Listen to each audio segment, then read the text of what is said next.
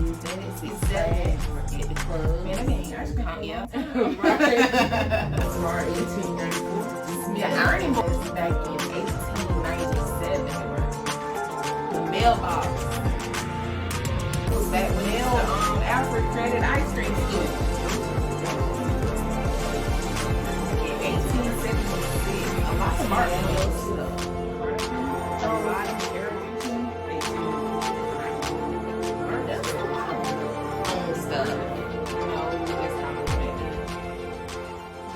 Hey everybody, and welcome to episode 7 of the Truth Be Told podcast with your girl Kendra Renese and Amber. So today we're gonna talk about Black history. So Black history actually started back in 1926, and it began as Negro History Week, and that was started by Carter G. Woodson. So they decided to place Black history within the second week of February so it can coincide with Abraham Lincoln and Frederick Douglass's birthdays. So, you know, in the United States and Canada, we celebrate Black History Month in February. Mm-hmm. But in other parts of the world, they celebrate it in October. Mm-hmm. So like Ireland and the Netherlands and the United Kingdom, they all celebrate Black history in October. So that's kind of cool. So around like 1970, Black History or Negro History Week evolved to Black History Month. And then in 1976, the president at the time was Gerald Ford, and he officially recognized Black History Month as like a national holiday. So it was a week up until then? Yep. Well, it was a week from like the 20s to the 70s. Right. And then, in the 70s, it became a month and it became official, like an official holiday. And so what he said was, for Black history, I quote, "seize the opportunity to honor the too often neglected accomplishments of Black Americans in every area of endeavor throughout our history." Appreciate you. President Ford. Thank you. Appreciate you for that. And did you know that interracial marriages were banned from 1664 to 1967? No, I ain't know it. That's a long time. It is. They like that wasn't too long ago. That wasn't long ago at all, like 50 something years ago. And what's so crazy, like even today in 2020, like that's still an issue for some people. Like it's still a hot button. Yeah. And a lot of people, especially older people, they are not trying to see an interracial couple. That's just the not. Looks they get in public, I'm telling you. Like, the looks and the comments. Yeah. I mean, at the end of the day, you love who you love. Right. And I do commend people who are in an interracial relationship, because it's a lot. I feel like you have to be strong, because you finna really hear, like you said, hear the comments, see the looks, and it's just, sometimes it's really mean. You gotta have, I'm sure you gotta have a strong relationship. You have to. Because there's so many people that's so ready to tear you down. Right. My goodness. What though? Just because history. They don't like it, they've been taught not to like it. It's 2020, man. Time to change. It is what it is. But, so look, it's a lot of stuff that I did not realize Black people invented. Like, we know the normal stuff, like the stuff we hear all the time. We know our main ancestors that we always talk about: Malcolm X, MLK, Rosa Parks, Madam C.J. Walker, George Carter. Like, but let's kind of talk about some stuff we don't really know about. So Amber sent me this list, and it had like, it's long. And it had the inventions, the inventors, and the dates that it was invented. So let's start it. Yeah, go with it. All right. So the air conditioning unit was invented by Frederick M. Jones in 1949. Don't it make perfect sense? Right. Don't it make sense? We would invent the air conditioner. Right. You already know black folk don't like to be Look, hot. now, we got to do something about this. It's too hot. Hot. What you mean? Right. The almanac. Oh, yeah. Benjamin Banneker, 1791. And isn't he known for some expensive clocks? I learned that from Martin. You remember Tommy thought he had a Benjamin Banneker, but it was something else, so they spent all this money on this clock, and it wasn't even a Benjamin Banneker. You don't remember the episode? You must not be a real Martin fan. So the baby buggy, also known as the stroller, that was invented in 1889 by William H. Richardson. Like, I mean, think of it without a stroller. Good. I don't even know. Yeah, I know. You're gonna have I wouldn't be that hip. I'm trying to tell you. That hip, or get one of them harnesses, one in the front, one in the back. We need to invent some side ones. Stick them right out. Right. For real. We need to do that. Biscuit cutters, biscuit. So if you grew up with your, this is about Austin reference. English. You should remember that reference. Right. So if you grew up with your grandparents and they made homemade biscuits, can't cut them biscuits without the thanks of Alexander Ashbourne from like 1875. It's crazy. For a minute. A long time. Have you ever donated blood? Yeah. Guess what? The blood plasma bag. Come on now. You wouldn't have it unless it was You wouldn't have it if it weren't for Charles Drew. Mr. Charles Drew, 1945. That's a blessing. Right. That's a blessing. Kudos to everybody who can donate blood. Like, if you can, that it is a great need, especially if you are type O. Great need, great need. The clothes dryer. Man, thank God for that. Right. Invented by George T. Sampson in 1971. That wasn't that long ago. Not that long ago at all. Still hanging clothes up on the outside. Yeah, clothesline. On the clothesline, yeah. Man, Yeah, back in the day. Right. Goodness. Right. The curtain rod. And the curtain rod supporter. Yeah. Well, they weren't invented by the same man. Samuel R. Scroton was the curtain rod, and the curtain rod support was William S. Grant in 1892 and 1896. Not too far apart, 4 years apart. I wonder if they knew each other. What if they were friends? Or cousins. Yeah, and then, Buddy invented the curtain rod. He was like, hey. You need something to support that. Boom. Gotcha. Teamwork. Make the dream work. Man, imagine what we could do if we came together. All right. But peep this, yo. You wouldn't even be able to get in and out the house if you didn't have a doorknob, right? Right. So, thank you, Mr. Osborne Dorsey. But guess what? Not only did he invent the doorknob, he invented the doorstop. So that when you hit your doorknob against the wall, you won't create that hole because it's going to get stopped by the doorstop. So that was back in 1878. We've been having doorknobs for a long time. Yeah. Like, that's real long time. That's crazy. Egg beater. We whip them eggs. Yes. Thanks to Mr. Willie Johnson in 1884. That's such a common name, Willie Johnson. Willie Johnson. Mr. Willie. Oh, Willie. Oh, no. Friday. Willie. Tell your daddy I said that. All right. Here we got the elevator. Imagine what we would do without an elevator. Right. Ooh wee. Imagine if you had to walk up 15 flights of stairs every day. Every day. That was invented by Alexander Miles in 1867. That was a while ago.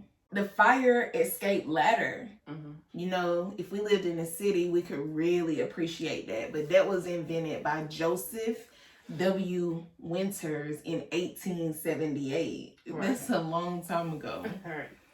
Fire extinguisher. Mm. The fire extinguisher was invented by a black man, Mr. Thomas Marshall, in 1872. Mm-hmm. We all the way back in 1872. We amazing. Right. We are amazing. The folding chair. Nathaniel Alexander, 1911. That's the signature chair for playing spades. Right. So thank Mr. Alexander for that. The gas mask, Mr. Garrett Morgan. Yep. 1914. The golf tee. What were they putting their golf balls on before the golf tee? Just the ground?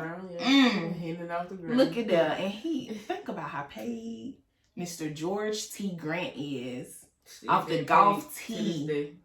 $18.99. That's a long time ago. Still getting paid to this day. Yeah. Good. The guitar. Mr. Robert F. Fleming Jr., 1886. Hairbrush. Use that guy almost every day. Right. Thank you, Miss. Yeah. Miss Linda Newman in 1898. The hand stamp. Mr. Walter B. Purvis, 1883. And they still use that at Six Flags, at the clubs. Pretty much everywhere. Yeah. When you want to go out, come back in. Re-entry. Yeah, hand stamp. Hand stamp. Ice cream scoop. School. Thank you, Mr. Alfred Crail. That's what we're going to go with. 1897. Man, they've been eating ice cream for a long time. Right. The ironing board. Thank you, Miss Sarah Boone. A lot of people use that. 1887. Keychain.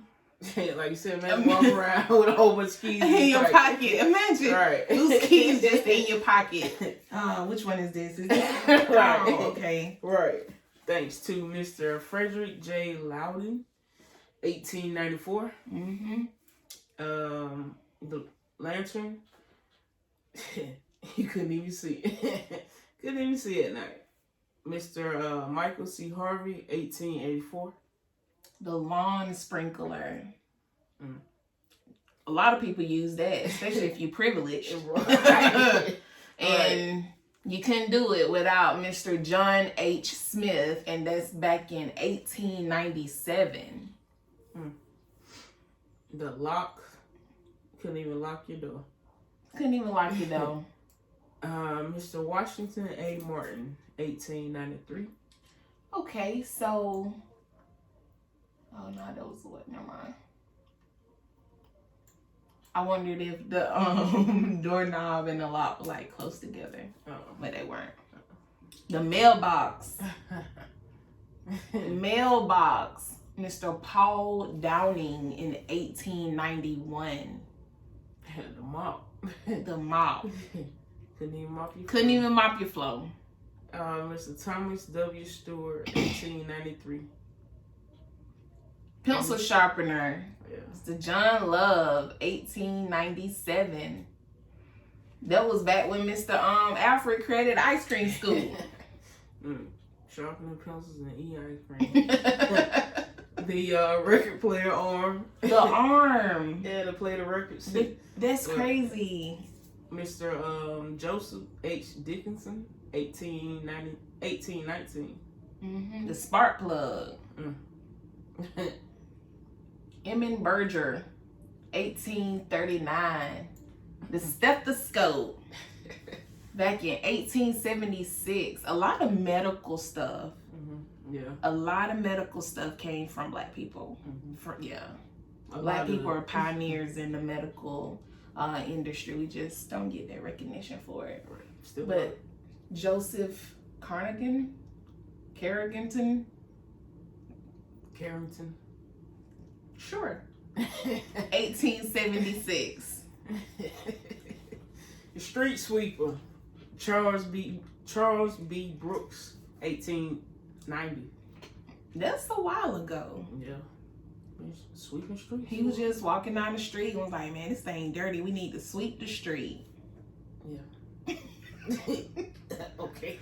We know about the traffic light with Garrett Morgan, 1923. That's not that long ago. The tricycle, Matthew A. Cherry, 1886. That's been a while. Yeah. A while ago.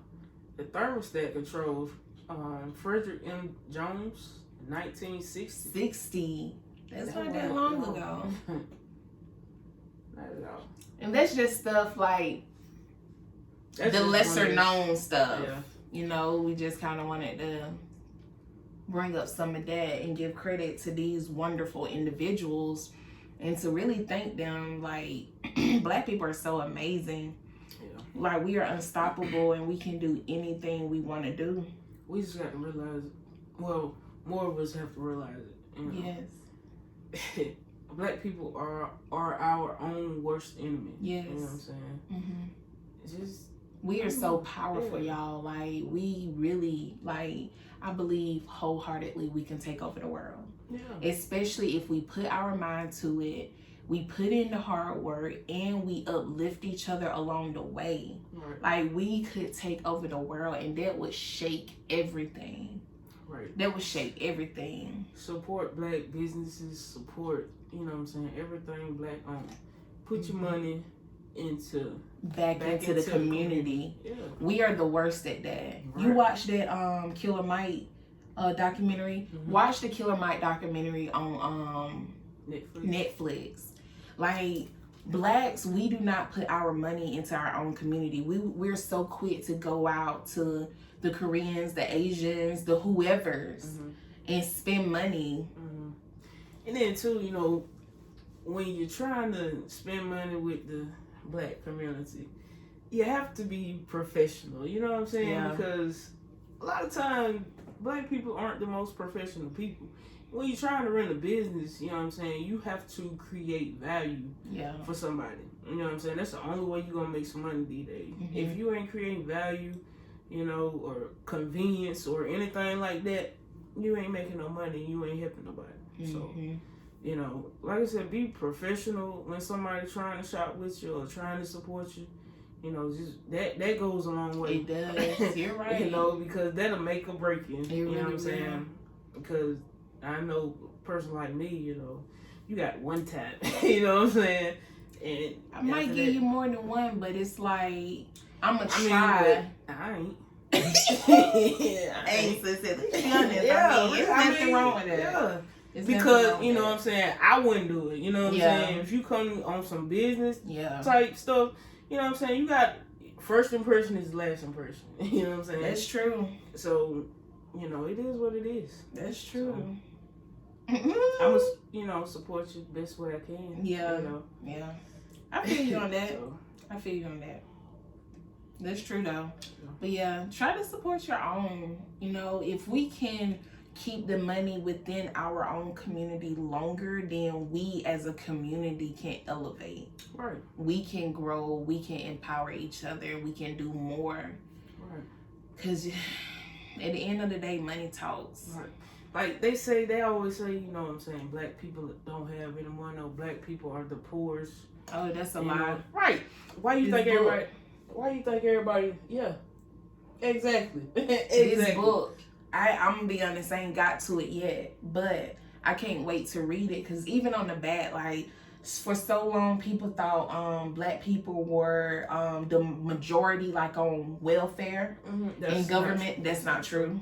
Nope. Like we're not the majority on that. Nope.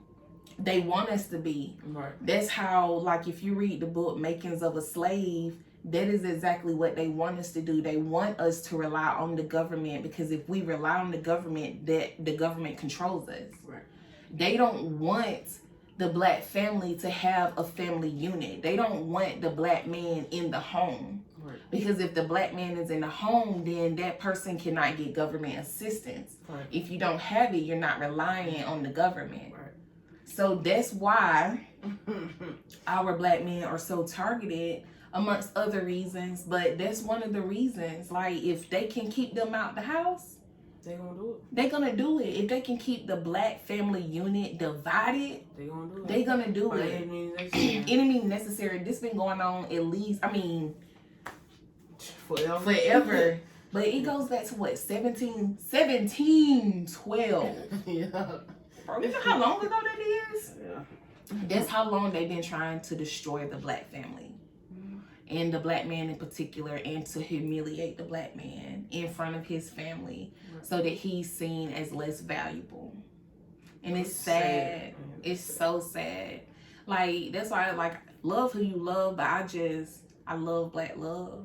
Right. Because that's really that's a test. Right. That's a true test. Because you have so much going against you in the beginning, that if you can overcome that and be a successful black love story, right, man, that's so beautiful.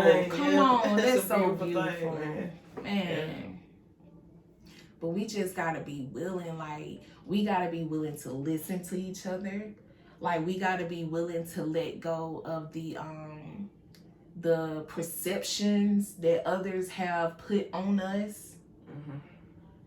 And since we're talking about black history, it's the question that's been burning my soul. What? Why is it that black women cannot show emotion without being categorized negatively? Why is it that if a black woman is passionate about something, she's angry? Right. Why is it that she has an attitude? Why is it that she takes the BS every day with stride and honor, but the one time she snap on you, yeah. She's just going crazy. Yeah, crazy. Another angry black woman. Right. Why must we be angry? Why can't we just be passionate? Why can't we be concerned? Right. Simple stuff. Everything that every other race gets to do, we can't do it. We're always categorized, what I'm saying, or stereotyped. Yeah. As the angry black woman. Seriously. And it's now we're forced to hold all these emotions in all day. We can't be ourselves in the streets. We can't be ourselves on our jobs. Right. And in some situations, you feel like you can't be yourself at home. So it's when can you be yourself? All day you are playing a persona. Mm-hmm. All day. Eventually you get tired. You get tired of that persona. You get tired of having to put on this face. And that's when you snap, for real. That's when you snap, because it's you're trying to please everybody else, but you're unhappy. Right. And it's you're not allowed to feel. And it's just, I'm so tired of that. I literally, at Valdosta State, I was about to graduate. We done did finals and everything. So my grade in. So at this point, right. Yeah, what it is. Right. I'm walking tomorrow. Right. Right. You can't do nothing to me. Right. So I had this professor at Valdosta State, and it was so bad. I was the only black in the class, which I was actually used to that, unfortunately. But he was so racist that my white friends would come up to me and say, "I'm embarrassed for you." His comments embarrassed me, or they offended me. And if I said, well, if you're offended, how you think I feel? Right. Exactly. But we supposed to just take that. Yeah. And to hear demeaning stuff all day, every time you go to this class, it's you're trying to embarrass people. You're trying to embarrass your students versus actually teaching them and allowing them to be great individuals outside of this classroom. You focus on the wrong thing.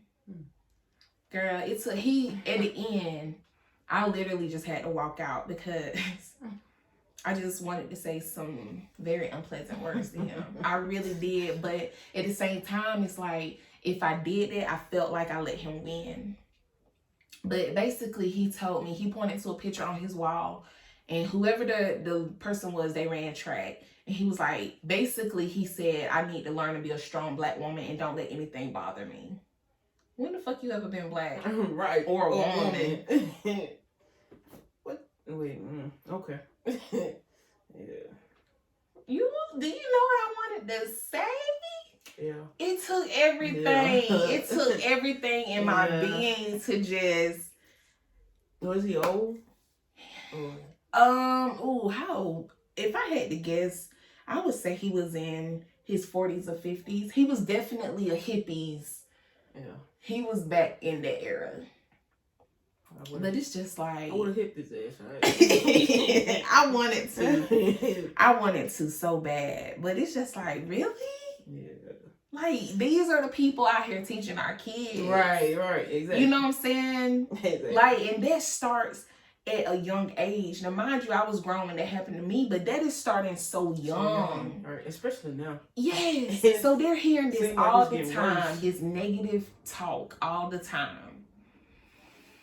It's just, we just got to start creating an environment that can allow Black people to really feel their emotions, especially Black men too. Yeah. Because from the beginning of time, Black men are constantly told, you better not cry, man up, I'm going to give you something to cry about. So like from like women been told that too. Yeah, but more so Black men. Because like for whatever reason, so many people equate emotions and crying with weakness. And it's really the opposite. Like, it's actually strength. Right. Real strength. Yeah. But they look at it as weakness. So their whole lives, Black men are told to man up, not cry. So what they do, they become emotional hoarders and angry individuals in adulthood. Yep. Sad. We just got to break the cycle. That's it. Like, when we really realize what's going on and how we are being manipulated out here in the world. That's it. Man, it's just a lot you ain't gonna do, take, right, or be a part of anymore. Like, right. You know, and it starts inside your house. You know what I'm saying? It starts at home. Mm-hmm. You know, you sure enough can't expect the school to do it. You know, and even if you can't afford to homeschool your kids, so you don't have the time, that's fine. They can go to public school, but when they come home, still educate them properly on Black history and how amazing Black people are. And there are no limits. The sky is a limit. Like, people always say the sky's the limit. That's a limit. That's a limit, right? The sky is not the limit. There are no limits. Right. Like, there are no limits. You can go as high as you want to go. I'm telling you. No limits at all. We just gotta stick together. That's the main thing. We gotta stick together. We gotta come together. Come to support each other, uplift each other. Like, we can be the most beautiful success story ever written. But we gotta write the story. Yeah. Like, cause we gotta go against the narrative that has been written for us. Right. It's been written for us to fail. It's been written for us to just be a pawn, to be a constant buyer and consumer and not an owner. But we falling for it though. That's the some thing. Of us are. You know, some of us, you know. Yeah. And some of us have to stop being willfully ignorant. Yes. You know what I'm saying? They don't want to know. Right. And then, even if you do, if you know better, do better. Yeah. You know. And if you don't know or don't want to know, if the ones that just don't want to know, like, they just irk my nerve. You know what I'm saying? Like, that's just... I can't relate. Yeah, I can't at all. Like, at all. Like, you want to stay stupid. Right. You know, like, why wouldn't you want to elevate? Why wouldn't you want to be excellent? Exactly. Like, you're choosing. Exactly. Why not be the best version of you? Because it's easy. They're comfortable. Because when you want to be excellent and the best version of yourself, you got to put work in. And you gotta want it. Exactly. It's very uncomfortable. I'm so uncomfortable right now. This entire week has been the most uncomfortable week I've been in so long. And it's like, what's happening? Like, yeah. Something amazing. Yeah. That's all I'm accepting. Something amazing is brewing. Exactly. And I just gotta realize, stay the course. Trust the process. Trust the process. Don't rush it. Don't try to take it over. But Black people, we are kings and queens. I don't care what anybody say. We are greatness. We were greatness, and we can still be greatness. We are the abundance. We are the chosen ones. We are the only ones that can save us. So let's do it. Let's start. Let's go. Right here, right now. Right here, right now. What's up? What's up? What's up? What's up? What's up? Hey, hey. But I'm telling you, I love Black people. I'm trying to tell you. But God, sometimes we why y'all get on my nerve? But I love y'all. I love us. Sometimes. I love us. We got this. Black History Month, 365. You know, they have confined us to a month. And the shortest. But hey, it doesn't have to be that way. You're right. 365. Black History is 365. We are always doing excellent, amazing, great things. Every day. Every day. And celebrate the young trailblazers as well. You know, it's really some people out here trying to make a name for themselves, for their family, trying to break generational curses, trying to build generational wealth. Right. So support. Like it's enough for everybody to eat. We all can eat. Like we don't have to compete against each other. We don't have to be enemies. We can eat together. Right. I help you eat. I'm trying to tell you, for real. Right. If I can, I will. Yeah. I understand you. That's why we doing this. Knowledge is power. Right. We just trying to spread the knowledge right. we have. Like, we done been through some things. Between the two of us, I promise you, we done been through enough for everybody. Man. But we just trying to spread the knowledge and give you power to get through some of the things you're going through. So you don't have to necessarily take the journey we had to take. You don't have to necessarily learn the hard way. Right. But it's always going to be some hard-headed Hard-headed people makes like all fast. What my mama used to you say. going to learn today. Right. Every time. Yeah. Every time. Mm-hmm. That's right. That's true. Yeah. That's true. I know. And it's something you don't want to experience. I often say it's something you don't want to experience. Right. We really trying to spare you, man. Like, for real. But look, tell us some interesting Black history facts that you know that we didn't go over. Because it's so much out there. Like, it's so much out there. But we hope you guys enjoyed the Truth Be Told podcast. And we appreciate you. We appreciate you for watching. Yeah, watching. And listening. And sharing. All right. And we wish you guys, of course, nothing but the best. And enjoy Black History Month. It is your go card, your green card to be blackity black, black. Blackity black. Right. Especially this month. But it's 365, so. But it has some sense with it. Please. Please. Don't make us look bad. Y'all take care. We love you guys. And guess what? Next week, we're going to be back for episode 8. 8 already. We'll see you there. Have a good one.